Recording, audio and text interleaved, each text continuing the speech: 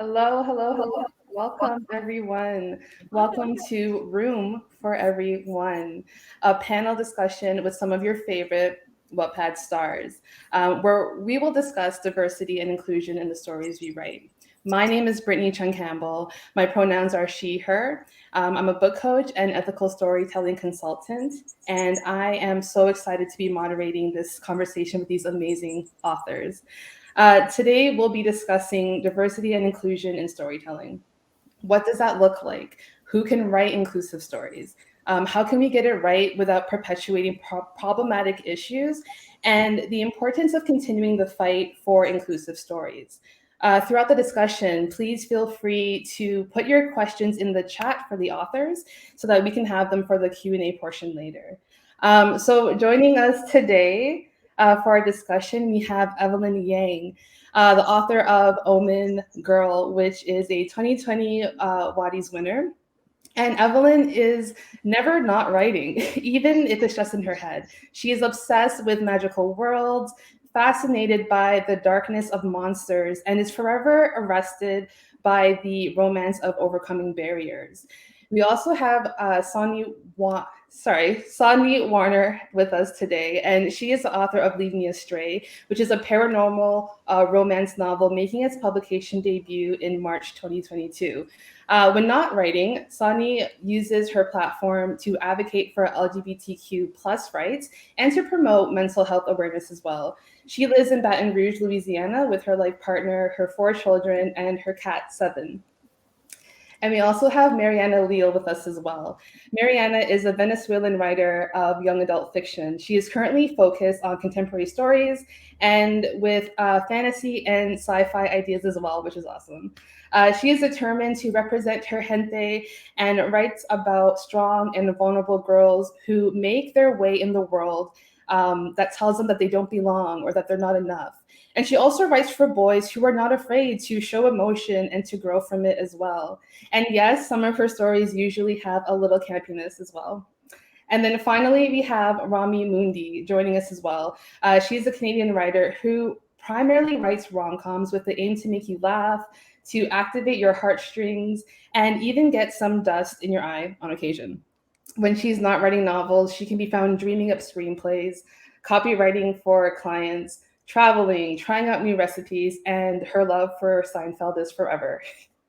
And her story, 24 Hours in Paris from W by Wattpad Books, will be available online and in bookstores on May 10th. So please help me in welcoming these amazing authors to the virtual stage. So to start off, I would love it if we could share our pronouns and maybe answer the first question, which is, what does inclusive storytelling mean to you? And what is your motivation to write these inclusive stories? Maybe we can start off with Evelyn. Oh no, starting off first. I'm she, her. I already forgot the question. So what does inclusive storytelling mean to you? What does it mean to me? Oh my gosh.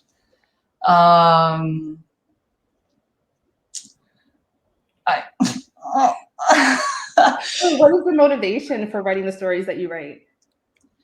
I don't know. I just want to see characters that look like me, I guess. So that's a big part. And I mean, I'm based in Canada as well. So it's a very multicultural city, country. So, you know, you just see colors of all sorts everywhere, skin colors of all sorts everywhere. And to be able to see reality reflected in our works, yeah, that's always lovely. Awesome. Rami, you want to go next? Sure. My pronouns are she, her.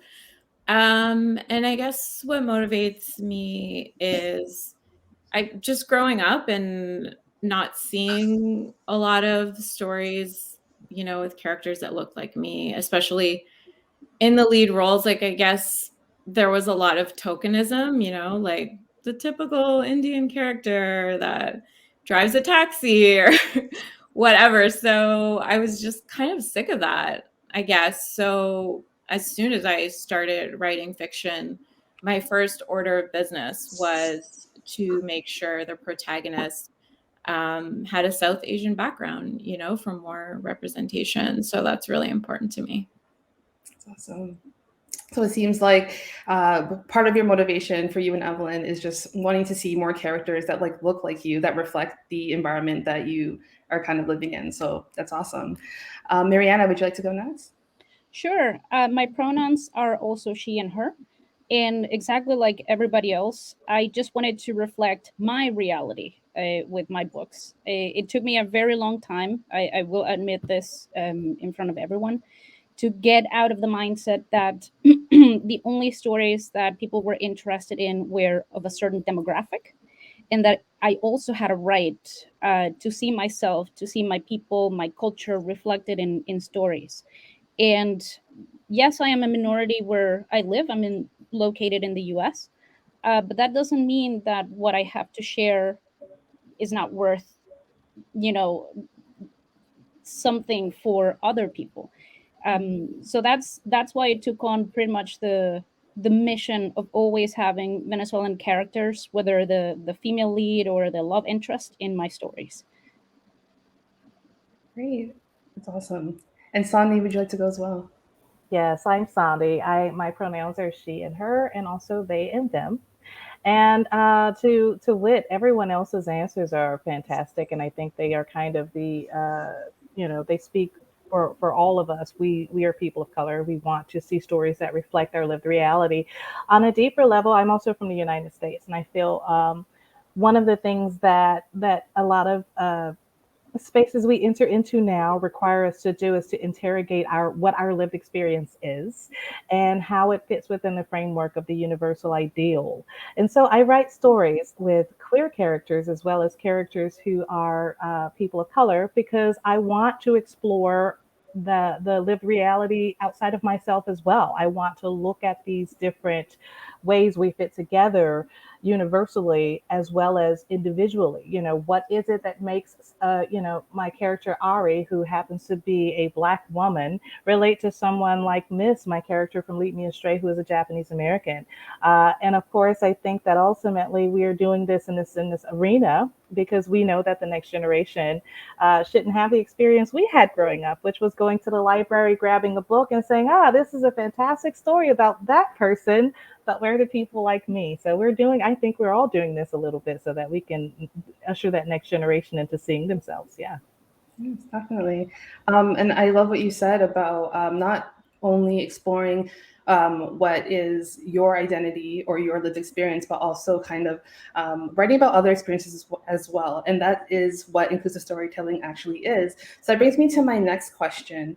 Does your personal identity help to inform the stories that you write? And if so, how? I'll just chime in here because that's a fantastic question. And certainly, I think that the characters that I write are informed by my identity, and from the perspective of being someone who is marginalized, which creates this ironic space in which you have to observe other people very carefully, so that number one, you can make sure that when you need to code switch, you can. But it's also, again, inadvertently, it means that you understand people who are not like you much better than perhaps the people who are not like you understand you. And that allows me to write characters who come from many different backgrounds, because I'm already looking at life through the lens of how do we relate and how are we different and how can those differences create better relating, Mm-hmm. And also like more robust stories with Exactly. like multiple identities and experiences. I love that. Would anyone like to jump in and answer this question as well? Yes, I can jump in. Go ahead. Thank you. The easiest point of view to write from is always going to be your own. So that's the lens through which you see the world. You have your set of experiences, your collection of traumas, your wishes, hopes, dreams. So especially for writers who are in the beginning of their journey, this is going to be the easiest transition from author personhood to new character who is different from the author.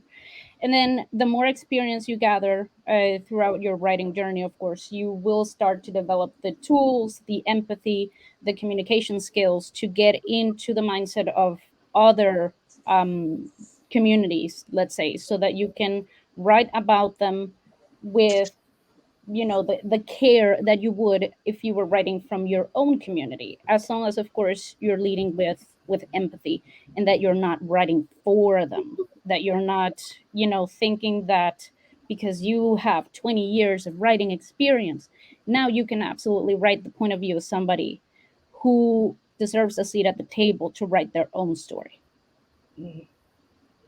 Definitely. And I love what you said about having a certain level of experience and having that space to grow into writing more inclusive stories. I find it is especially hard for newbie authors to kind of maybe hit the nail on the head when it comes to, good representation, or like staying away from those problematic tropes and stereotypes. So I definitely agree with what you said about that level of experience. Evelyn, do you have anything to add to this? Not really. Everyone already made such great points. Like my own story was the entire plot, the entire character arc of Sozo was very much based on my own, I guess, lived experience. So yeah, I just kind of second what everybody else is saying. Yeah, definitely. And Rami, you mentioned that you grew up reading books with the same stereotypical Indian characters. The taxi driver is one of those stereotypical tropes.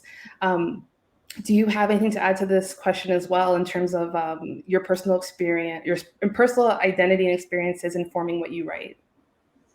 Yeah, I think from hearing everyone else, it seems now that kind of what I went through was relatable, which is great to hear, because early on, I think I was making up for a big gap.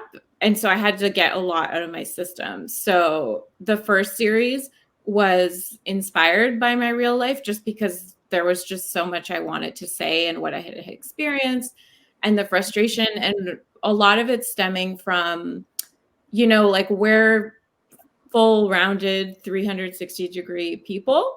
We're not just a stereotype or a caricature. So it was really important for me to show that in the stories. Like, we have dreams, we're flawed, we go on quests, we do all the things, like we search for love. And so growing up, like my culture was definitely a part of my life, but it wasn't the only thing that defined me either. Like I had other interests and hobbies and, the same, dating misadventures that everybody else has. So then once I got that out of my system in the first series, so this book that's coming out in May, 24 Hours in Paris, a lot of it's based on my travels, but the character is now completely her own. None of those things happened to me. But it's a great chance to just show, hopefully, a complex character that doesn't fall into any of those tropes. We thrive together. Writers Connect, November 5th through 6th.